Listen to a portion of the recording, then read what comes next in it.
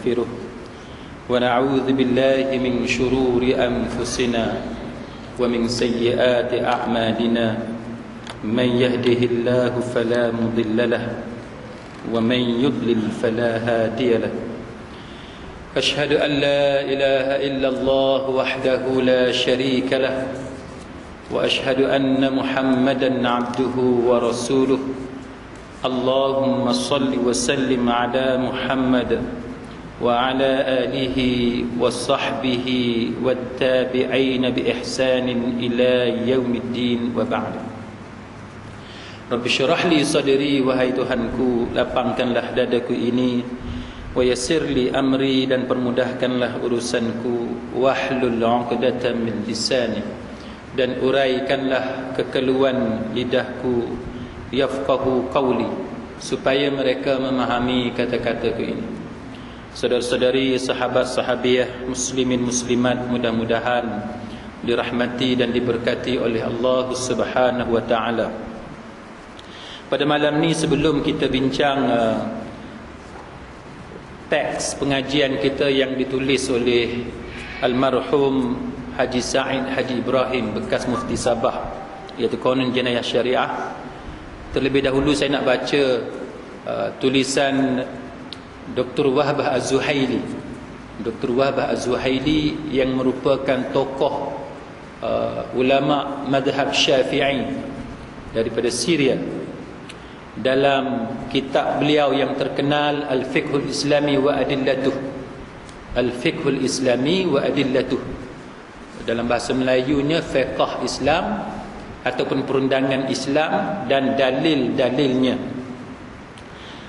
Dalam tulisan Dr. Wahbah Az-Zuhaili, jilid yang ke-6, menyentuh berkenaan dengan hukuman potong tangan. Sebab dalam masyarakat kita, antara tempat dalam undang-undang hudud yang kerap diserang oleh pihak yang tidak bersetuju ialah hukuman potong tangan. Walaupun dalam aspek-aspek yang lain saya kerap memberi jawapan, sama ada di masjid ini ataupun di tempat-tempat yang lain. Cuma pada malam ini kebetulan saya melihat ada beberapa tulisan Dr. Wahbah Az-Zuhaili yang menarik untuk kita kongsi bersama pada malam ini. Dia ada dua tajuk kecil dalam kitab beliau yang bertajuk Al-Fiqhul Islami wa Adillatuh, berkenaan dengan hukuman potong tangan. Yang pertamanya, dia letakkan tajuk hikmah pensyariatan hudud yang berkaitan dengan potong tangan. Satu. Yang kedua, soalan yang dilontarkan oleh Dr. Wahbah Az-Zuhaili, adakah hukum potong tangan itu satu penyiksaan, kekerasan dan kekejaman? Itu persoalan yang dijawab dan dihuraikan oleh Dr. Wahbah Az-Zuhaili. Baik. Untuk tajuk yang pertama itu berkenaan dengan hikmah pensyariatan hudud yang berkaitan dengan potong tangan. Dr. Wahbah Az-Zuhaili menyebut dalam kitab beliau Al-Fiqhul Islami wa Adillatuh, dia kata hikmah daripada hudud ataupun hukuman potong tangan, termasuk hukuman potong tangan, ialah untuk menegah dan menahan manusia daripada mendekati kesalahan tersebut. Jadi hikmah hukuman tu untuk halang manusia. Maka antara perbincangan yang kita perlu fokus ialah apakah bentuk hukuman yang paling efektif, hukuman yang paling berkesan untuk cegah manusia daripada mendekati kesalahan-kesalahan tersebut. Satu. Yang kedua, dia kata untuk memelihara manusia daripada kerosakan akibat daripada jenayah, kan? Akibat daripada jenayah. Bila berlaku jenayah, contohnya kecurian, hilangnya harta benda, kerosakan harta benda, kita hidup dalam keadaan trauma, hidup dalam keadaan takut. Nak tinggal rumah pun susah. Kadang-kadang nak kena minta adik-beradik tolong jaga rumah, jiran tolong tengok rumah dan sebagainya. Makna kesan kehidupan itu terancam. Kemudian dia kata dan menyucikan daripada dosa dan noda. bentuk hukuman yang hendak dikenakan kepada penjenayah hendaklah berbentuk mensucikan manusia itu daripada dosa dan noda. Maka dia memetik, Dr. Wahbah Az-Zuhaili, dia memetik Ibnu Taimiyah, kata-kata Ibnu Taimiyah. Ada orang dia kata Ibnu Taimiyah ni sesat, tuan-tuan. Saya tak tahu dia ambil kat mana. Tapi Dr. Wahbah Az-Zuhaili yang merupakan seorang tokoh ulama Syafi'iyah, mazhab Syafi'i daripada Syria, dia terkenal sebagai seorang ulama mazhab Syafi'i. Dia pun memetik kata-kata Imam Ibnu Taimiyah.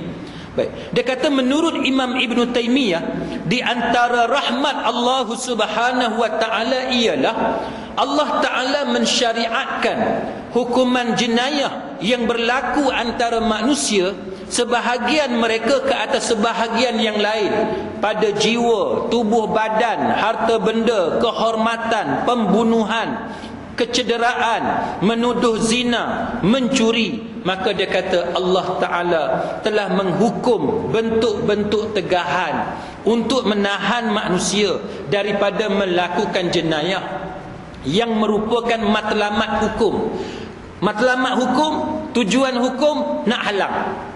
Maka apakah bentuk hukuman yang paling sesuai untuk halang manusia daripada melakukan jenayah tersebut, sama ada mencederakan ataupun mengusik maruah manusia dan sebagainya. Maka dia kata bahawa dan mensyariatkan hukuman dalam bentuk yang sebaik-baiknya. Hukuman tu pula mestilah dalam bentuk yang sebaik-baiknya. Dia tak mau nampak terlalu keras sehingga nampak begitu kejam, tak mau juga. Kemudian dia kata bahawa yang mengandungi kemaslahatan, maknanya yang ada kebaikan, tegahan dan pembasmian. Dia boleh cegah dan dia boleh perangi jenayah tersebut. Di samping, dia kata, di samping tidak melampaui kadar yang sepatutnya ditanggung oleh penjenayah daripada tegahan itu. Walaupun hukuman tu, dia kata, mestilah berbentuk mampu menahan jenayah daripada dilakukan oleh penjenayah, tapi pada masa yang sama dia kena strike a balance. Dia kena ada imbangan. Dia kena imbang. Dia tak boleh sampai tahap membawa kemudaratan yang tidak tertanggung oleh penjenayah. Dia kena fikir dari satu segi yang lain pula. Dia tak boleh kita hanya fikirkan kepada masyarakat tanpa memikirkan nasib penjenayah. Maka dia berada di tengah-tengah, diimbangkan. Baik. Apa maksud dia? Kita tengok. Dia kata, oleh sebab itu, maksud Dr. Wahbah Az-Zuhaili ni, dia kata apa? Oleh sebab itu, dia kata, Allah Subhanahu wa taala tidak mensyariatkan hukuman berbohong dengan cara potong lidah. Katalah orang tu bohong, adakah Islam suruh kita potong lidah dia? Tak. Kalau mencuri, potong tangan. Tak, mencuri potong tangan. Kita tiba-tiba kita nak guna logik akal kita, kan? Dah sebab curi, guna tangan, kita kerat tangan. Maka kalau dia bohong, dia guna lidah dia untuk bohong, kita kerat lidah dia.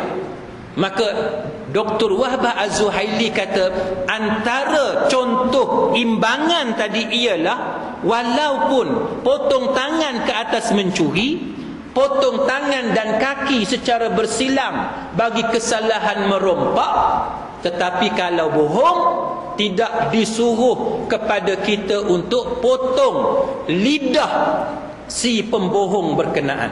Tak ada. Kemudian dia kata, hukuman zina tidaklah pula disuruh kita untuk potong kemaluan si penzina. Tak. Ataupun tidak disuruh supaya kita sembelih si penzina. Tidak. Dan dia kata bahawa hukuman mencuri tidak pula dihukum dengan hukuman bunuh. Sebaliknya dipotong tangan. Dia kata sebaliknya Allah Subhanahu wa taala mensyariatkan kepada mereka tentang hukuman tersebut dengan memastikan nama dan sifatnya, termasuk dalam hikmah dan rahmat Allah Subhanahu wa taala, kelembutan keihsanan dan keadilannya agar menghilangkan bala atau celaka dan melenyapkan kezaliman dan permusuhan. Dan semua insan, dia kata, berpuas hati dengan apa yang dikurniakan oleh Allah. Dengan itu manusia tidak sewenang-wenangnya merampas hak orang lain. Maka apa yang cuba disentuh oleh Dr. Wahbah Az-Zuhaili ialah hukuman yang ada dalam Islam ni, dari satu segi dia nampak keras. Dia nampak keras. Tapi dari satu segi yang lain dia ada imbangan dia. Contohnya ialah umpamanya hukuman qisas. Hukuman qisas, muslimin muslimat sekalian, bila kita banding dengan seksyen 302 kanun keseksaan dalam negara kita, setengah orang kata, dia kata nampak sama. Dia kata nampak sama. Sebab apa? Sebab 302 dalam negara kita, bunuh dibalas dengan bunuh. Qisas dalam undang-undang Islam, bunuh pun dibalas dengan bunuh. Tapi yang bezanya ialah dalam 302 kanun keseksaan dalam negara kita, muslimin muslimat sekalian, keluarga mangsa dia tak boleh maafkan si pembunuh. Dalam undang-undang Islam, keluarga mangsa boleh berbincang dengan pembunuh, boleh bargain, boleh tawar-menawar. Kami boleh maafkan darah ahli keluarga kami yang kamu bunuh dengan syarat kamu bayar ganti rugi kepada kami. Kan? Mana lebih baik, tuan-tuan sekalian? Dalam undang-undang 302, walaupun si pembunuh tadi mungkin dikenakan gantung sampai mati di tali gantung, tetapi nasib mangsa, keluarga mangsa yang mana ayah dia mati dibunuh, siapa nak tanggung anak-anak dia yang mati ditinggalkan oleh mangsa yang dibunuh? Siapa nak tanggung, tuan-tuan sekalian? Tidak ada.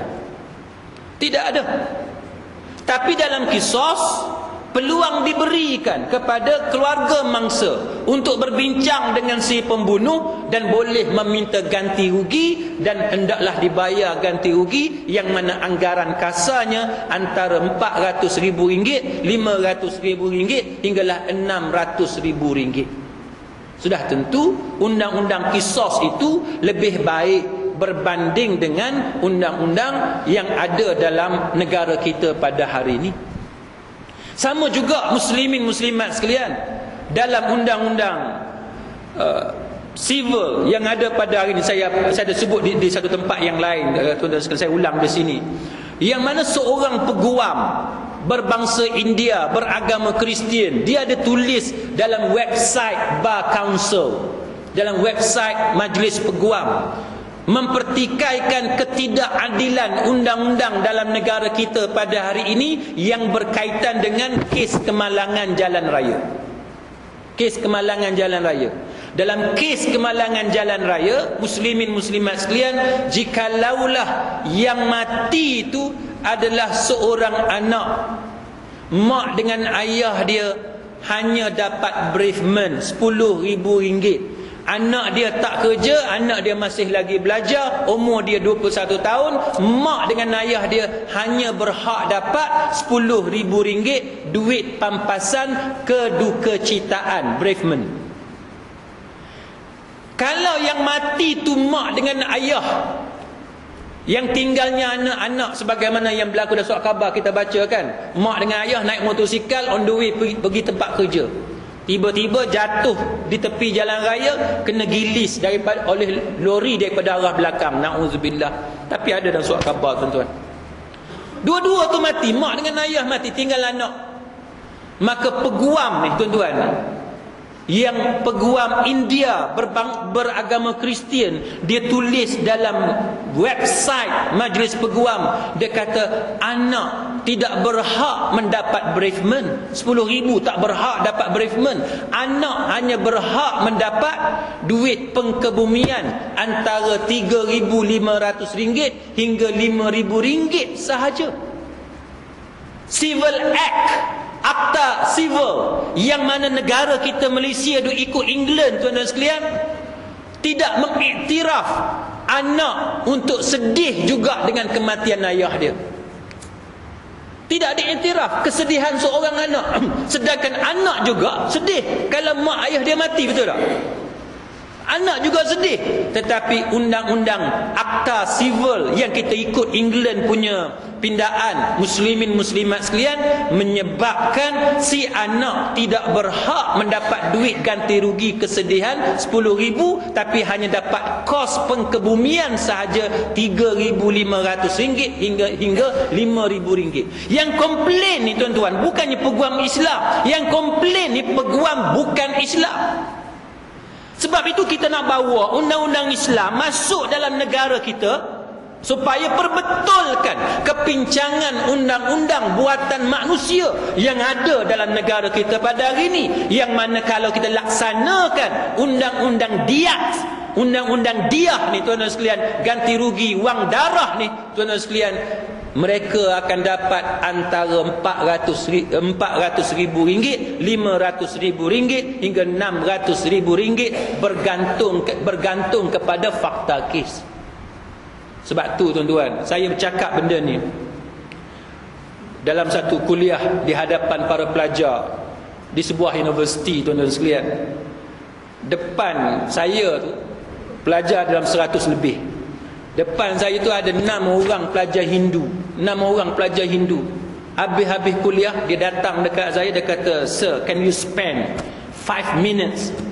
Setiap kali lecture, pelajar-pelajar Hindu ni minta dengan saya supaya bagi masa 5 minit. Setiap kali ada syarahan saya, bagi masa 5 minit, terangkan kepada mereka apa dia hudud. Sebab dia kata dia tak pernah mendengar penjelasan hudud tu macam yang saya cakap dalam kuliah tu tuan-tuan.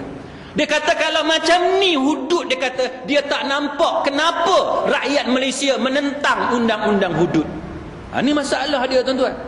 Di luar sana kita tengok orang bercakap tentang undang-undang Islam, dia bercakap dalam keadaan dia tak tahu apa yang sepatut dia sentuh berkenaan dengan undang-undang Islam, apa yang patut dia sentuh tentang kecacatan undang-undang yang kita ada pada hari ini.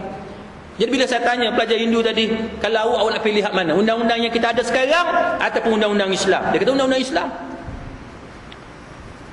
Saya tanya dia, kenapa awak tak mau pilih undang-undang agama kamu sendiri, kamu Hindu? Dia kata, saya pun tak tahu dalam Hindu ada apa dia. Dia sendiri kata dia tak tahu dalam Hindu ada apa. Maknanya tuan-tuan, orang Hindu dia tak kisah, tak ikut agama dia pun tak apa. Yang penting kita boleh bagi satu undang-undang yang boleh jaga kebajikan dia. Dan sudah tentu undang-undang yang mampu menjaga kebajikan rakyat, sama ada Islam ataupun bukan Islam, tidak ada yang lain selain daripada undang-undang daripada Allah Subhanahu wa taala. Muslimin muslimat sekalian, sebab tu kita tengok cara para ulama seperti Dr. Wahb Az-Zuhaili, dia berhempas pulas nak yakinkan kepada kita bagaimana kebaikan undang-undang Islam. Baik. Kemudian dalam tajuk dia, hukum potong tangan, adakah satu penyiksaan, adakah satu kekejaman, adakah satu kekerasan? Dia kata apa? Dia kata bahawa potong tangan adalah satu tegahan yang munasabah, reasonable prevention, pencegahan yang paling munasabah tuan-tuan sekalian, ke atas pesalah dalam masyarakat yang merupakan rahmat kepada manusia seluruhnya. Sebab apa dia kata macam tu? Dia kata bahawa contohnya, dia kata setengah orang yang ragu-ragu dan tidak percaya, mereka mensifatkan hukum potong tangan sebagai tidak sesuai dengan zaman moden. Itu yang kita biasa dengar kan. Dia kata potong tangan ni tak sesuai dengan zaman moden dan dunia yang serba maju. Itu alasan yang kita biasa dengar, dan itu juga yang disebut oleh Dr. Wahb Az-Zuhaili dalam kitab Fiqh Islami wa Adillatuh. Dan dia kata bahawa mereka menganggap hukuman potong tangan itu sebagai keras dan kejam. Dia kata manusia yang buat tuduhan, Dr. Wahb Az-Zuhaili kata, mereka melihat dari sudut beratnya hukuman. Dia tengok berat hukuman, dia tengok potong tangan, teruk lah dia kata, kan? Dia tengok yang tu je, dia kata. Tetapi dia lupa Dia lupa betapa kejinya kesalahan tu, betapa kejinya kesalahan itu dan kesannya yang menimpa ke atas masyarakat. Dia tengok keras hukuman, tapi dia tak tengok kesan kecurian yang berlaku dalam masyarakat. Dia tak tengok yang tu.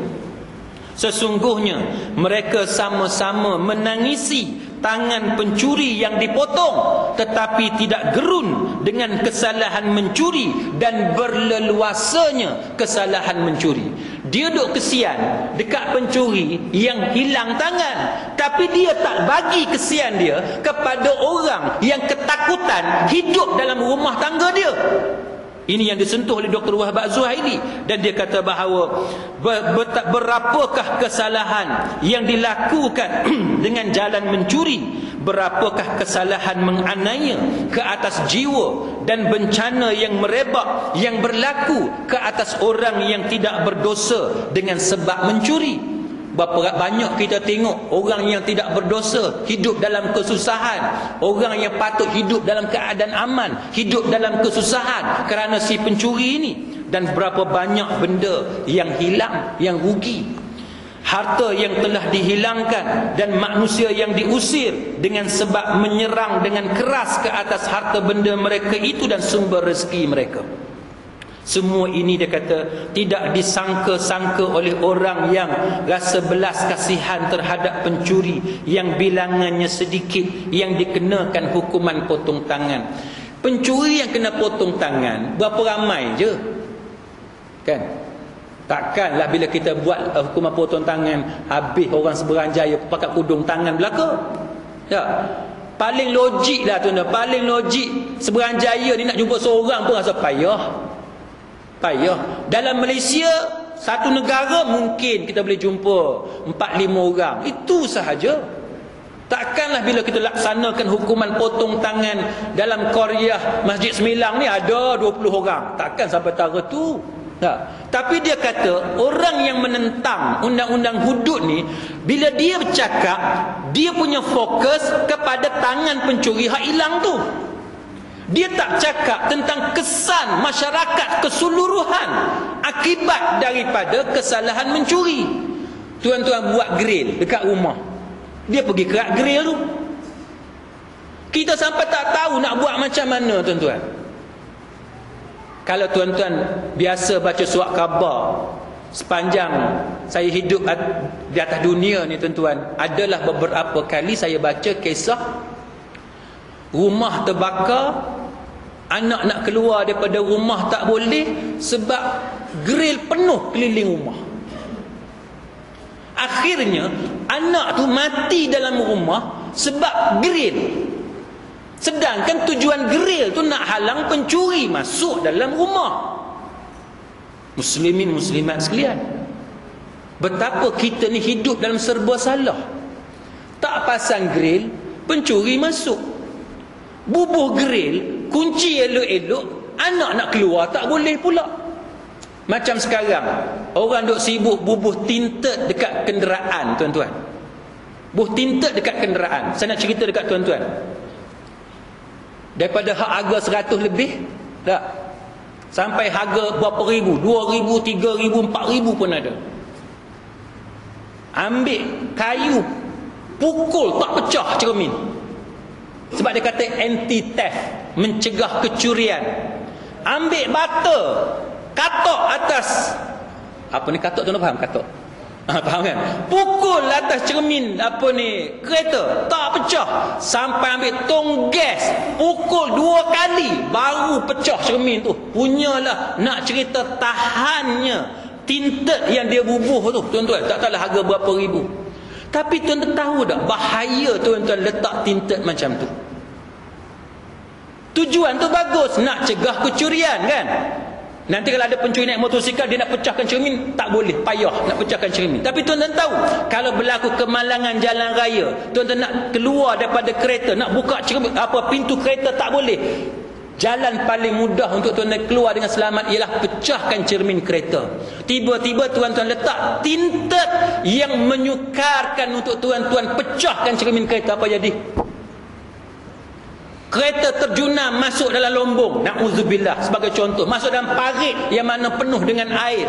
Buka pintu kereta tak boleh. Jalan paling selamat, tendang pintu cermin kereta. Tapi tuan-tuan dah letak tinted yang sangat kuat. Macam mana tuan-tuan nak tendang dalam masa yang cemas macam tu? Macam mana? Ini yang realiti berlaku. Bubuh grill dekat rumah, serba salah. Nak halang pencuri, tiba-tiba anak pula mati. Bubuh tinted kat kereta, nak halang pencuri, nak halang penyamun, kita pula serba salah. Takut nanti kita kemalangan, na'udzubillah, tiba-tiba nak keluar dengan cepat daripada kereta, terhalang. Ni masalah tuan-tuan. Sebab tu Islam dia ajar kepada kita tengok kepada maslahah ammah, keseluruhan tu. Jangan duk tengok 2-3 orang pencuri ni. Pencuri tu memang patut dia dipotong tangan. Itu pun tak ramai. Jadi muslimin muslimat sekalian, Dr. Wahab Az-Zuhaili dia ajak kita bincang masalah ini dengan bagi fokus yang betul, dan jangan kita bagi fokus dengan cara yang tidak betul. Lalu dia kata, adakah mereka tidak bertanya? Adakah mereka tidak bertanya mana satukah yang lebih mudah ke atas masyarakat? Hak mana lebih mudah? Potong 1 atau 2 tangan pada setiap tahun, menutup kes curi, dan hampir tidak berlaku hukum potong tangan selepas itu. Dia kata, kerak dulu tangan pencuri, seorang ke 2 orang. Lepas tu tak ada lah orang nak mencuri. Siapa nak mencuri dah kena kerak tangan dah. Dia kata, dan manusia hidup aman dan tenteram, menjaga harta dan diri mereka, ataupun mengurung, ataupun dia kata kita kurung pencuri, penjarakan pencuri, dan hukum dia dengan kerja-kerja berat, bagi denda dekat dia dan sebagainya, yang sementara dan kekal akibat kesalahan mencuri semata-mata di kebanyakan negara yang jumlah dia ribuan setiap tahun. Macam negara kita tuan-tuan, kes mencuri tuan-tuan tengok di mahkamah. Tuan-tuan tengok di mahkamah. Tuan-tuan pergi ke mahkamah, tuan-tuan pergi mahkamah magistrate, mahkamah session, tuan-tuan tengok kes-kes yang ada, berapa banyak setiap tahun. Tuan-tuan tengok berapa ribu kes setiap tahun yang ada, yang melibatkan benda-benda jenayah yang seumpama macam ni. Dan tuan-tuan bayang, kalau kita laksanakan hukuman potong tangan, mungkin 2-3 orang sahaja yang kena, lepas tu semua pakat tak berani dah nak buat. Mana lebih mudah? Berbanding dengan sekarang ni, ribuan kes, hakim sampai tak cukup, sampai setiap daerah tuan-tuan kena ada 3-4 mahkamah punya banyak kes jenayah. Baik, dia kata bahawa oleh situ dia kata kita masih mendengar bank-bank dengan mudah dirompak, kereta dicuri pada waktu siang, kedai-kedai diselongkar, kecurian ke atas harta benda bertukar menjadi jenayah ke atas nyawa dan kehormatan, dan hampir-hampir tidak dapat dikejar, tak dapat diselesaikan oleh ilmu manusia, taktik, teknik dan juga kuasa yang ada pada kerajaan. Kemudian dia kata kesalahan yang berbahaya itu tidak akan berjaya dibendung dan dibenteras kegiatannya, melainkan melalui hukuman yang berat tapi praktikal. Dia kata yang boleh menyelesaikan masalah ni ialah hukuman tu mesti berat tetapi praktikal, maknanya boleh kita lakukan. Oleh sebab tu dia kata perkataan uqubah, dia kata ialah bermaksud balasan, iqab, balasan. Dia takkan menjadi iqab kalau dia tu nampak lembut. Dia takkan jadi balasan kalau dia nampak lembut. Maka dia mesti nampak keras. Balasan yang berjaya, dia kata, ialah balasan yang menang ke atas kesalahan, dan balasan yang gagal ialah balasan yang dikalahkan oleh kesalahan. Ada balasan tapi orang tak heran. Yang tu dia kata. Kemudian dia kata, ahli-ahli penggubal undang-undang ciptaan manusia tidak merasa kejam ke atas hukuman gantung. Kalau hukuman gantung pula, dia tak rasa kejam pula. Macam ada dalam negara kita kan. Dan saya dah cerita beberapa kali kepada tuan-tuan. Mengedar dadah 200 gram walaupun tak mengedar, tapi tuan-tuan ada dalam milik tuan-tuan 200 gram ganja, dianggap sebagai mengedar dadah, walaupun tidak mengedar dadah sekalipun. Tapi ada 200 gram, itu dianggap sebagai mengedar dadah, dan hukuman dia ialah gantung sampai mati. Maka Dr. Wahbah Az-Zuhaili kata, kenapa bila gantung sampai mati tidak dianggap sebagai kejam? Bila time potong tangan dianggap sebagai kejam. Ini dia kata. Maka dia kata, muslimin muslimat sekalian, dia kata bahawa tidak diragukan lagi, dia kata bahawa hukuman ini lebih pedih dan berat daripada hukuman potong tangan bagi kes mencuri dan menyamun. Dia kata bahawa hukuman gantung sampai mati, dia kata sudah tentu lebih pedih dan berat. Dia kata ada satu pelajar Cina, tuan-tuan, dia datang jumpa saya. Dia kata bagi dia kata lebih baik dia mati daripada tangan dia kena kerat. Ada juga budak Cina, dia kata daripada kena kerat tangan baik mati. Cuba bagi tahu dekat dia, dekat hospital ni berapa ramai orang sanggup kerat kaki daripada mati. Betul tak? Minta maaf lah kalau terkena kat siapa-siapa, tapi nak tanya, betul tak? Orang yang waras, tuan-tuan, orang yang waras dia tak mau mati. Siapa nak mati? Siapa nak mati? Lepas ni kita letak satu kotak dekat pintu, minta siapa nak mati tulis dalam atas kertas, masukkan dalam kotak. Nak tengok ada berapa ramai dalam hak hadir pada malam ni hak sanggup mati malam ni. Tak ada kot. Tak ada. Kalau doktor kata ni pak cik kena kerat kaki ni, kalau tidak dia merebak sampai habis organ-organ lain, sanggup tuan-tuan? Betul tak? Sanggup. Mati ni semua orang takut, saya yang bercakap pun takut, tuan-tuan pun takut. Siapa yang berani mati? Tak ada. Tapi ada satu budak Cina ni, dia kata dia sanggup mati daripada kena kerat tangan. Tunggu dia kena keciman ni baru dia tahu. Nak tengok dia nak kena kerat kaki ke dia sanggup mati? Kita tengok nanti. Jadi kita bercakap dengan waras, kan? Kita bercakap dengan waras, maka sudah tentu lebih baik potong tangan, maka sudah tentu lebih dahsyat hukuman mati berbanding dengan potong tangan. Maka dia kata, tuan-tuan sekalian, sikit, sesungguhnya sejarah telah membuktikan bahawa masyarakat Islam ketika melaksanakan hudud, hidup mereka aman damai. Bila dilaksanakan hudud, hidup mereka aman damai, dengan masalah harta benda, kehormatan, peraturan, semua tu dia jadi elok. Tiba-tiba ada satu orang ataupun ada beberapa orang dia kata, ada ustaz, kita tengok dekat Nigeria teruk buat hudud tapi teruk. Dekat Sudan teruk ustaz, walaupun buat hudud. Somalia teruk. Buat hujah lagu tu, kita pun boleh bagi tahu, innas salata tanha 'anil fahsya'i wal munkar. Kan semayang tu menghalang kamu daripada fahsya' dan munkar. Tapi berapa ramai yang semayang tapi buat munkar tak berhenti? Berapa ramai? Semayang tapi buat benda munkar. Dekat Belanda, saya pernah cerita dekat tuan-tuan rasanya, dekat Amsterdam, tuan dah pergi dekat Amsterdam, tempat red light district, tempat pelacuran tu, yang pelacur duduk dalam kotak-kotak cermin tu, tuan-tuan boleh tengok seorang-seorang tu pelacur tu dalam kotak-kotak cermin. Ujung lorong tu restoran halal. Halal nak tengok hak pelacur tu tak apa. Berapa banyak pun macam tu. Tok-tok Arab, orang-orang Islam, habis-habis dia pusing, dia pergi dengan pelacur dan sebagainya, balik hotel dia semayang. Berapa ramai? Adakah kita nak cakap, semayang tak boleh halang kamu daripada fahsyak dan munkar? Macam kamu berani kata macam tu, sedangkan Allah Ta'ala sendiri yang kata solat menghalang kamu daripada fahsyak dan munkar. Maksudnya kalau solat itu kamu buat betul-betul, bukannya semayang macam setengah kita duk buat tu. Jadi hudud pun sama. Hudud ni dia boleh mencegah kemungkaran, dia boleh menjamin keamanan kalau kita buat betul-betul, bukannya buat dengan cara yang salah. Contohlah dalam masyarakat kita, muslimin muslimat sekalian, Quran ini, dalam khutbah saya di masjid Sungai Tiram, saya ada sentuh bab ni. Masyarakat kita, muslimin muslimat sekalian, bila Quran ni berguna, bila time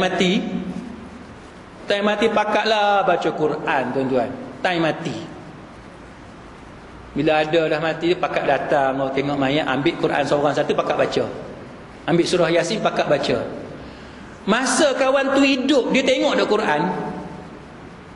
Masa kawan tu hidup, dia amal dah Quran, tuan-tuan? Tak amal. Masyarakat kita tahu anai-anai pergi makan Quran, dia ambil anai-anai tu, dia buat air nak minum, tuan-tuan. Punya dah gila dah masyarakat kita hari ni. Masyarakat kita dia sibuk nak minum air Quran, air yang dibaca 30 juzuk. Masyarakat kita duk gila, duk sibuk dengan ayam organik yang mana dibacakan Quran pada ayam, supaya ayam tu bila kita sembelih, kita makan daging dia berkat. Bila masa Quran turun untuk ayamnya? Awak ni masyarakat jadi gila, tuan-tuan. Kek lagi ada pula satu idea, buat lembu satu kandang, baca Quran dekat lembu pula. Yang orangnya tak mau baca Quran. Kalau baca pun baca sekali-sekala malam Jumaat surah Yasin, tapi kandungan Quran dia tak mau tegakkan. Yang hudud ni dia tak mau tegakkan. Sedangkan hudud ada dalam Quran, tapi air Quran dia nak minum. Lembu yang dibacakan Quran dia nak makan. Ayam yang dibacakan Quran dia nak makan. Air mineral yang dibacakan Quran dia nak minum. Sibuk beli satu kotak letak kat rumah buat stok. Tapi benda yang Tuhan sebut dalam Quran dia tak mau amalkan. Dialah yang nak tendang anak bini dia, duk aniaya anak bini dia, nafkah anak bini dia tak peduli, negara kucak-kacir, tapi orang itulah yang duk sibuk dengan air surah Yasin malam Jumaat. Apa ni masyarakat kita, tuan-tuan? Quran ni sebagai panduan. Panduan untuk kita ambil iktibar, tengok satu-satu apa perintah Allah, buat. Apa Tuhan larang, tinggal. Itu fungsi Quran. Tuan-tuan jumpa doktor, doktor bagi prescription, demam makan paracetamol, Panadol, orang Melayu kata Panadol. Ubat batuk dia bagi satu botol, 3 kali 1 hari, sirap. Apa lagi adalah ubat kahak dia bagi pula berapa-berapa. Ada tak kita ambil kertas tu, kita tak bagi dekat farmasi, tapi buat balik kita kacau, buat air kita minum? Ada? Ada? Tak ada. Siapa buat kerja lagu tu gila, tuan-tuan. Bukan sakat gila, gila babi lagi kalau buat kerja lagu tu. Tapi Quran, orang kita duk buat benda lagu tu. Apa ni? Quran ni sebagai panduan, baca bagi faham. Bila kita dah faham, laksanakan. Itu yang betul. Saya tak nafi, tuan-tuan, saya tak nafi. Baca Quran dapat pahala, saya tak nafi. Walaupun tuan-tuan baca, tuan-tuan tak faham pun dapat pahala. Setiap huruf yang tuan-tuan baca dapat pahala, saya tak nafi. Tetapi fungsi sebenar Quran tu kenapa tuan-tuan tinggalkan? Kenapa tinggalkan? Itu yang saya persoalkan, muslimin muslimat sekalian. Baik. Kemudian Dr. Wahab Az-Zuhaili kata bahawa dia bagi contoh sebelum dia kata Hijaz di tanah Arab ni punya teruk mencuri, dia kata sebelum hudud dilaksanakan, dia kata jenayah mencuri merompak jemaah haji di Baitullah cukup teruk. Arab ni tuan-tuan tahulah perangai dia teruk, punya teruk, tuan-tuan. Lepas tu dia kata bahawa setengah jemaah haji sampai tak mau dah pergi ke Mekah. Sampai tak mau pergi ke Mekah, punya teruk Mekah ni sebelum hudud dilaksanakan. Lepas itu dia kata apabila kerajaan Saudi melaksanakan hukuman hudud, barulah keamanan itu stabil, tuan-tuan sekalian. Dapat dikawal kegiatan mencuri, walaupun ada tapi dapat dikawal pada tahap yang minima. Rompakan yang sebelum itu berleluasa dapat dikawal sehingga negeri itu menjadi cantik dan elok, muslimin muslimat sekalian. Dan dia kata bahawa bilangan tangan yang sempat dipotong semasa hudud dilaksanakan terlalu kecil, dia kata terlalu kecil. Contohnya dia kata sepanjang kerajaan Saudi, Dr. Wahab Az-Zuhaili sebut ni, sepanjang kerajaan Saudi laksanakan hukuman potong tangan selama 24 tahun. 24 tahun kerajaan Saudi melaksanakan hukuman potong tangan. Hudud potong tangan yang dilaksanakan di Saudi hanyalah 16 sahaja. 16 16 sahaja, maknanya ada tahun potong tangan, ada tahun langsung tak ada kena yang potong tangan. Lepas tu mai tahun lain pula ada seorang kena, masuk tahun lain pula tidak ada seorang pun kena. Punyalah tak banyaknya hukuman potong tangan. Ini rekod di Saudi ni tuan-tuan, yang disebut oleh Dr. Wahbah Az-Zuhaili. Baik, muslimin muslimat sekalian, maka dia kata dengan itu jelaslah, dia kata ketegasan yang ada pada undang-undang Islam yang menjadi rahmat kepada masyarakat seluruhnya, sehingga bebas daripada kejahatan kedua-dua jenayah curi dan rompak. Saya nak bagi contoh mudah supaya tuan-tuan mudah faham. Bagi siapa-siapa yang mungkin rasa perbincangan bab undang-undang ni terlalu tinggi, saya nak bagi contoh mudah je tuan. Anak kita malas baca buku. Anak kita malas baca buku. Tuan-tuan ada dua pilihan. Sama ada tuan-tuan biarkan dia, ataupun tuan-tuan guna kekerasan supaya dia sedar pentingnya baca buku. Tuan-tuan marah dia sampai dia menangis, pukul dia sampai dia menangis, sehingga akhirnya dia terpaksa baca buku, dan dalam keadaan terpaksa tadi dia berjaya dalam bidang akademik. Yang tu yang dimaksudkan oleh Dr. Wahbah Az-Zuhaili sebagai rahmat. Kekerasan, tapi kekerasan tadi tujuan dia untuk kebaikan. Kalau kita tak buat benda tu, dia akan menyebabkan anak kita berterusan tidak akan membaca, berterusan ponting sekolah.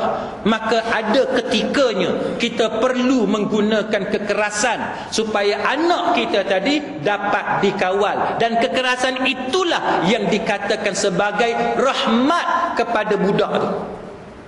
Sama macam kes potong tangan. Potong tangan ni, walaupun betul kita tengok secara zahir tu dahsyat tuan-tuan, potong tangan ni memang dahsyat, tapi itulah cara dia yang Allah Ta'ala sebut dalam Quran, cara yang paling tepat untuk kita kawal kecurian, jenayah mencuri dan merompak yang berlaku dalam masyarakat. Maka dia sebut kepada kita muslimin muslimat sekalian bahawa hukuman tersebut akan menimbulkan ketakutan di kalangan mereka yang cuba melakukannya. Kita yang tak mencuri pun takut, apatah lagi orang yang memang dalam hati dia ada niat untuk mencuri atau merompak, sudah tentu lebih menakutkan dia. Maka Allah Ta'ala sebut dalam surah Al-An'am, dalam surah Al-An'am ayat 54, Allah Ta'ala sebut kataba rabbukum ala nafsihi rahmah, Tuhan kamu telah mewajibkan bagi zatnya untuk memberi rahmat yang melimpah-limpah. Kita kena yakin bahawa bila Allah Ta'ala perintahkan kita buat satu benda, walaupun kita rasa rasa macam kejam ni, rasa macam keras hukuman ni, tapi kita kena yakin bahawa Allah Ta'ala itu dia telah wajibkan bagi zat dia untuk memberikan rahmat. Maka rahmat tu kita akan dapat bila kita patuh kepada perintah Allah Ta'ala. Dan Dr. Wahbah Az-Zuhaili kata, begitu juga kita disuruh supaya sentiasa berzikir kepada Allah Ta'ala pada setiap masa, dan untuk menyatakan bahawa Allah Ta'ala itu memang sifat dia adalah dengan sifat Ar-Rahman, dengan sifat Ar-Rahman. Dan kita malah, dia kata Allah Ta'ala juga memerintahkan kepada kita berlaku baik kepada binatang sekalipun. Kita kena buat baik, sebagaimana yang kita pernah cerita sebelum ini, muslimin muslimat sekalian, walaupun dengan anjing sekalipun kita tak boleh pukul dia tanpa sebab yang kukuh. Kalau dia tidak mengancam kita, kalau kita pukul dia, kita menganiayai dia, walaupun dia seekor anjing sekalipun, kita berdosa di sisi Allah Subhanahu wa Ta'ala. Akhirnya tuan-tuan sekalian, Dr. Wahbah Az-Zuhaili dia kata bahawa apa yang penting ialah, dia kata hendaklah masyarakat membersihkan kekeliruan ini, dia kata dengan mengambil maslahah manusia secara umum. Ambil maslahah manusia tu secara umum, secara kesemuanya. bukannya mengutamakan maslahah penjenayah yang memang betul-betul melakukan kesalahan. Jangan sampai tahap kita ni duk sibuk nak selamatkan pencuri hak 2-3 orang sehingga mengabaikan kebaikan atau maslahah untuk masyarakat satu negara Malaysia. Baik, muslimin muslimat sekalian, itulah lebih kurang apa yang ditekankan oleh Dr. Wahab Az-Zuhaili, dan saya ambil masa yang agak panjang. Baik, tuan-tuan ada sebarang soalan untuk tuan-tuan tanya? Yang hukum qisas tu tadi Ustaz beritahu, kalau kita bunuh dia ada hukum diat kan, ganti rugi dalam 400 ke 600 ribu. Kalau pembunuh tu dia tak ada duit bayar tol, tapi keluarga mangsa tu dia nak maafkan, jadi tak ada duit sampai 400 ribu. Dia mungkin ada duit sampai mungkin 50 ribu sampai 100 ribu. Jadi macam mana? Baik, muslimin muslimat sekalian, soalannya ialah berkenaan dengan hukuman qisas dan diat. Qisas ni maknanya balasan yang sama, balasan seimbang dalam kes pembunuhan atau mencederakan, dan juga diat ataupun diah, ganti rugi ataupun pampasan duit akibat daripada pembunuhan dan juga mencederakan. Soalannya ialah, katalah si pesalah tadi tiba-tiba dia tidak ada duit. Dia tidak ada duit. Yang saya sebut tadi, anggaran kasarnya kita katalah RM500,000 untuk dia bayar. Katalah tiba-tiba si penjenayah ini tidak ada duit. Baik. Dalam konteks negara kita sekarang, kita ada insurans. Kan? Kita ada insurans. Katalah dalam kes kemalangan. Dalam kes kemalangan kita ada insurans. Ataupun dalam kes jenayah. Katalah dalam kes jenayah tidak ada insurans kan? Dalam kes jenayah tidak ada insurans. Maka apa yang berlaku ialah si penjenayah tadi dia tidak ada duit. Maka macam mana bayaran tadi akan diambil? Baik. Dalam perbincangan yang disebut oleh Dr. Wahab Az-Zuhaili dalam kitab yang saya baca, dalam kitab yang sama tuan-tuan, Al-Fiqh Islami wa Adillah tu, dia membawakan kepada kita persoalan tentang akilah. Akilah ni soal penjaga. Sama ada keluarga ataupun ibu bapa ataupun penjaga kepada penjenayah ni, mereka akan diwajibkan untuk membayar ganti rugi. Contohnya diat yang kita cerita tadi yang dilakukan oleh ahli keluarga dia. Baik, bagi kesalahan membunuh yang disengajakan, Dr. Wahab Az-Zuhaili kata dosa tidak boleh diwarisi oleh keluarga yang tidak bersalah. Maknanya katalah yang bunuh ni si A. Dia ada mak dengan ayah dia, ataupun dia ada isteri dia, ataupun dia ada keluarga dia yang kaya raya. Soalannya, adakah bila si A ni dia membunuh, tiba-tiba bayaran dia, adakah keluarga dia diwajibkan untuk membayar ganti rugi yang dilakukan oleh si A? Maka ada pandangan fuqaha yang disebut oleh Dr. Wahab Az-Zuhaili dan kitab Al-Fiqh Islami wa Adillah tu, dia kata yang mengatakan bahawa keluarga tidak boleh mewarisi jenayah ataupun dosa yang dilakukan oleh si penjenayah tadi, dalam erti kata tidak boleh diwajibkan untuk membayar ganti rugi berkenaan. Satu. Kan? Yang kedua, tuan-tuan sekalian, kalaulah keluarga dia tidak diwajibkan bayar, sedangkan si penjenayah tidak ada duit, katalah dia memang tak ada duit. Kalau dia ada harta tak apa, walaupun dia tidak ada duit, dia ada harta, kita lelonglah barang dia kan. Tapi katalah duit dia tidak ada, harta untuk dicairkan pun tak ada juga. Rumah nak lelong pun tak boleh, tanah nak lelong pun tak boleh, dia memang tak ada apa. Maka hendaklah dibayar oleh kerajaan yang memerintah kepada keluarga mangsa yang dibunuh. Itu cara dia. Ada orang kata, oh, lagu tu bankrupt kerajaan. Ada orang kata lagu tu bankrupt kerajaan. Muslimin muslimat sekalian, nombor satu nak tanya, berapa banyak kes yang macam ni? Berapa banyak kes yang mana si penjenayah sampai langsung tidak ada harta yang boleh dicairkan? Satu. Nombor dua, ada pandangan fuqaha yang mengatakan bahawa boleh dibebankan ke atas keluarga mangsa jika keluarga mangsa tu kaya. Nombor dua. Nombor tiga, muslimin muslimat sekalian, kita ni kalau bab kerajaan kena bayar ganti rugi RM500,000, kita kata kerajaan tak ada duit. Tapi kalau bab projek-projek yang tuan-tuan pun tahu, berapa bilion tu, berapa banyak subsidi yang dibagi pada IPP dan sebagainya tu, yang tu tuan-tuan tak petikai, boleh membangkrupkan kerajaan. Jadi kita ni tuan-tuan, kalau kita nak sebut perkataan nanti kerajaan bankrupt, berpada-padalah. Ya, berpada-padalah. Jangan bila bab undang-undang Islam, oh nanti bankrupt, nanti rugi kerajaan nak cari duit kat mana. Tapi bila bab nak bagi subsidi dekat kroni, ada duit pula untuk kita cari. Jangan lagu tu. Nampak seolah-olah kita ni tak mau berusaha untuk tegakkan undang-undang Allah Subhanahu wa taala. Wallahu a'lam. Ada soalan lain? Tak ada. Jadi kalau tidak ada muslimin muslimat, kita berhenti setakat ini. Mudah-mudahan ada manfaat di sisi Allah Subhanahu wa taala. Aku qauli hadza wa astaghfirullahal azim li wa lakum. Wassalamu alaikum warahmatullahi wabarakatuh.